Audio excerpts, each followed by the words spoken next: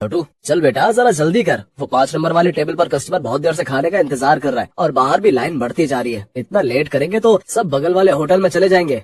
बस मालिक 5 नंबर वाले का ऑर्डर तैयार है और यहाँ कुछ टेबल भी बस खाली होने वाली हैं, तो बाहर वाले कस्टमर्स अब अंदर आ सकते हैं। ये है सत्यभान और इसका होटल अतिथि देवो भव। जैसा इस होटल का नाम था ठीक वैसा ही यहाँ का काम था। होटल के अंदर आने से पहले हर कस्टमर का तिलक किया जाता था और फिर बड़े ही सम्मान के साथ उसे बिठाकर खाना परोसा जाता था। इस अनोखे तरीके की वजह से ही सत्यभान का ये होटल बहुत मशहूर था और बड़ी दूर दूर से लोग यहाँ खाना खाने आते थे। होटल के खाने का बढ़िया स्वाद और यहाँ की साफ सफाई भी एक बड़ी वजह थी कि आसपास के कई होटलों और ढाबों को छोड़कर कस्टमर सत्यभान के पास ही आते थे। सर मेरा नाम रमन है, मैं पब्लिक टाइम्स अखबार से आया हूँ, मुझे आपका इंटरव्यू करना है। अच्छा हाँ क्यों नहीं, आइए आइए। रुकिए पहले मैं आपका तिलक करूँगा। हाँ अब ठीक है, अब आप यहाँ आराम से बैठिए। छोटू जल्दी से साहब के लिए गर्मा गर्म कचौड़ियाँ और बढ़िया चाय तो लेकर आ। हाँ तो सत्यभान जी, सबसे पहले मैं आपका पूरा होटल और यहाँ की किचन देखना चाहूंगा। वैसे सुना तो मैंने ये है कि आप किसी को भी अपनी रसोई में लेकर नहीं जाते, लेकिन मुझे तो आपके वहाँ लेकर जाना ही होगा, वरना ये इंटरव्यू अधूरा रह जाएगा। अरे बस वो बात ऐसी है कि आप तो जानते ही हैं, होटल के बिजनेस में सारा खेल खाने में इस्तेमाल होने वाले मसालों और रेसिपी का ही है और यहाँ मैंने और मेरे साथियों ने बड़ी मेहनत से ये सब तैयार किया है। अच्छा लेकिन आपके यहाँ जो लोग काम करते हैं, मतलब आपके साथी, अगर उनमें से किसी ने धोखा दिया तो?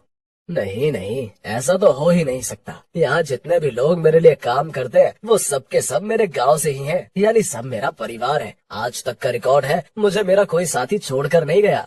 ये तो वाकई बहुत बड़ी बात है। लेकिन अब तो आप इतने मशहूर हो गए, आपका होटल एक ब्रांड बन चुका है, तो लोग आपकी रसोई को अंदर से देखना चाहते हैं। आप चिंता मत कीजिए, मैं आपके मसालों और रेसिपीज का राज नहीं खोलूंगा, लेकिन रसोई के अंदर की कुछ फोटोज तो चाहिए होंगी आपके इंटरव्यू के साथ छापने के लिए। सत्यभान उस पत्रकार को समझाने की कोशिश करता है, लेकिन वो खुद ही उस पत्रकार की बातों में फंस जाता है। अखबार में अपना इंटरव्यू और फोटो छपने की बात से वो बहुत खुश था और इसी खुशी में वो बह गया और उस पत्रकार को उसने अपने होटल का एक एक कोना बहुत अच्छे से दिखाया। साथ ही अपनी रसोई में ले जाकर अपने सारे तौर तरीकों और रेसिपीज का भी अनजाने में खुलासा करता गया। वो पत्रकार होटल की लगभग हर चीज की तस्वीर ले रहा था। इंटरव्यू के दौरान उसने सत्यभान से कई सवाल पूछे, जिनके जवाबों में सत्यभान के सारे सीक्रेट खुलते जा रहे थे। अच्छा सत्यभान जी, बहुत अच्छा लगा आपसे मिलकर। इंटरव्यू के लिए शुक्रिया, अब मैं चलता हूँ। जी जी जी, आपका बहुत शुक्रिया। अब वैसे ये सब कब छपेगा अखबार में? बस यही 1-2 दिन में, मैं आपको फोन पर इन्फॉर्म करूंगा। इतना कहकर वो पत्रकार सत्यभान के होटल से बाहर निकलता है और कुछ दूर पहुंचते ही मुस्कुराते हुए अपने गले में पहना हुआ आई कार्ड उतारकर एक कूड़े के ढेर में फेंक देता है। बड़ा अक्लमंद समझता था खुद को, एक नंबर का बेवकूफ निकला ये तो। असल में ये आदमी कोई पत्रकार था ही नहीं, पास ही मौजूद एक दूसरे होटल के मालिक का रिश्तेदार था, जो पत्रकार बनकर सत्यभान के सारे सीक्रेट जानने के लिए उसके पास गया था। ये आदमी अपने मकसद में पूरी तरह से कामयाब हो चुका था। इधर सत्यभान रोज सुबह के अखबार में अपने इंटरव्यू के छपने का इंतजार कर रहा था। जा छोटू, देख तो अखबार आ गया होगा। अब तो पूरे 4 दिन हो लिए, आज तो पक्का अपनी फोटो छपी होगी। छोटू फौरन उस दिन का अखबार लेकर आता है, लेकिन बीते दिनों की तरह उसमें भी सत्यभान और उसके होटल का जिक्र तक नहीं था। ये देखकर सत्यभान उदास हो जाता है। ऐसा कई दिनों तक होता रहा। फिर सत्यभान ने उम्मीद ही छोड़ दी और ये सब कुछ भुला दिया। फिर एक दिन अचानक सत्यभान के होटल में रेड पड़ जाती है। फूड इंस्पेक्टर अपने कुछ आदमियों के साथ सत्यभान के होटल पहुंचते हैं और वहां मौजूद हर चीज की जांच करने लगते हैं। देखिए, हमें आपके होटल के खिलाफ शिकायत मिली है कि आप खाने में नकली सामान का इस्तेमाल करते हैं। ये कैसी बातें कर रहे हैं आप? सालों से मैं इस होटल को चला रहा हूँ, वो भी पूरी ईमानदारी से। अगर ऐसा है तो हमें यहाँ की तलाशी लेने दीजिए। चलिए हटिए यहाँ से। पूरी टीम होटल का कोना कोना छानने लगती है। तभी उन्हें किचन के पास एक छोटा सा दरवाजा दिखता है। फूड इंस्पेक्टर खुद इस दरवाजे को खोलकर अंदर जाते हैं तो उन्हें काफी मात्रा में नकली घी, तेल, नकली मसाले जैसी कई चीजें मिलती है। तो ये है तुम्हारी ईमानदारी का सबूत? हाँ, शर्म आनी चाहिए तुम्हें। सत्यभान को कुछ समझ ही नहीं आ रहा था कि आखिर उसके साथ हुआ क्या। खाद्य विभाग की टीम सत्यभान के होटल को सील कर देती है। साथ ही सत्यभान को जेल भेज दिया जाता है। एक ही पल में सत्यभान का सब कुछ बर्बाद हो गया था। उसका परिवार सड़क पर आ गया था। सत्यभान खुद को बेगुनाह साबित नहीं कर सका और उसका सब कुछ जुर्माने की रकम अदा करने में चला जाता है। उसके गांव के लोग जो उसके लिए काम किया करते थे, वो भी उसका साथ छोड़कर गांव वापस चले जाते हैं। सिवाय छोटू के।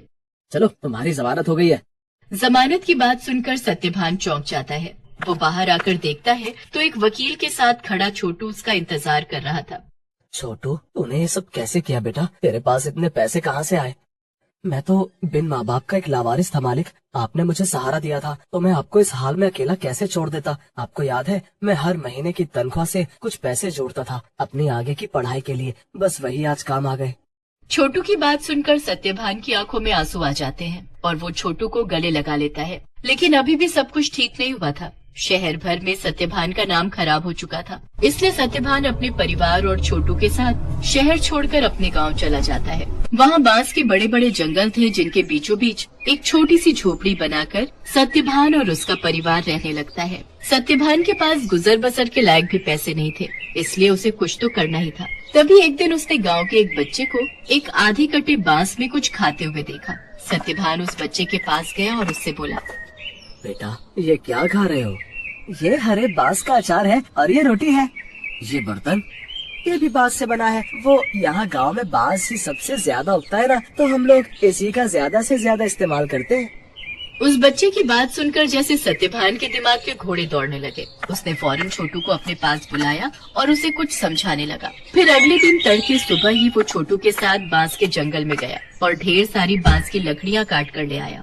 सत्यभान और छोटू दिन रात लगे रहे और देखते ही देखते उन दोनों ने सिर्फ बांस की मदद से पूरा का पूरा होटल बनाकर तैयार कर लिया, जहाँ दीवारें भी बांस की थी और सारे बर्तन भी। अब सवाल ये था कि इस होटल में पकेगा क्या? मालिक, आप चिंता मत कीजिए, हमें जाकर सब लोगों से बात करनी चाहिए जो शहर में अपने साथ काम करते थे। मुझे विश्वास है कि वो सब हमारा साथ जरूर देंगे। छोटू की बात मानकर सत्यभान अपने गांव के लोगों से बात करता है। धीरे धीरे गांव के कई लोग उसकी मदद के लिए आगे आते हैं। कई लोग उसे मुफ्त में राशन देते हैं, जिसके साथ हरे बांस का इस्तेमाल करके सत्यभान और छोटू होटल के लिए खाना बनाते हैं। और इस तरह एक बार फिर सत्यभान का होटल चल पड़ता है। लेकिन हालात अब पहले से बहुत अलग थे। कई दिनों तक सत्यभान के होटल में एक भी ग्राहक नहीं आता। फिर एक दिन शहर से कुछ दोस्तों का एक ग्रुप वहाँ आता है और सत्यभान के अनोखे होटल को देखकर चौंक जाता है। कुछ नया आजमाने के इरादे से वो सभी सत्यभान के होटल के अंदर आ जाते हैं। सत्यभान उन सब की बहुत ही अच्छे से खातिरदारी करता है और फिर भाई वाह, मजा आ गया। ये तो बिल्कुल ही नया एक्सपीरियंस था। शहर से इतनी दूर इतनी अच्छी सर्विस और उससे भी बढ़िया खाना। सच में बहुत अच्छा लगा यहाँ आकर। और सबसे बड़ी बात, मुझे तो पता ही नहीं था कि बांस को भी खा सकते हैं, वो भी इतने अलग अलग रेसिपीज में। सत्यभान के खाने और अलग किस्म के होटल की तारीफ वो सभी दोस्त अपने दूसरे दोस्तों से जाकर करते हैं, जिसके चलते और भी लोग खास तौर पर सत्यभान के होटल में खाना खाने वहाँ पर आते हैं। सत्यभान की सर्विस और खाना बहुत जल्दी अपना पहचान बना रहा था। लोग शहर के हाई फाई होटल छोड़कर सत्यभान के पास गांव में आ रहे थे। धीरे धीरे सत्यभान की गाड़ी पटरी पर आने लगती है और उसके पुराने साथी जो गाँव में ही थे वो भी उसके पास काम पर लौट आते हैं। मालिक, भगवान की दया से अब सब ठीक हो रहा है, लेकिन अब तक ये समझ नहीं आया कि आखिर वो सब नकली सामान उस दिन अपने होटल में आया कहाँ से। ये पहेली तो सच में सुलझानी ही होगी छोटू। मुझे लगता है मुझे कुछ करना चाहिए।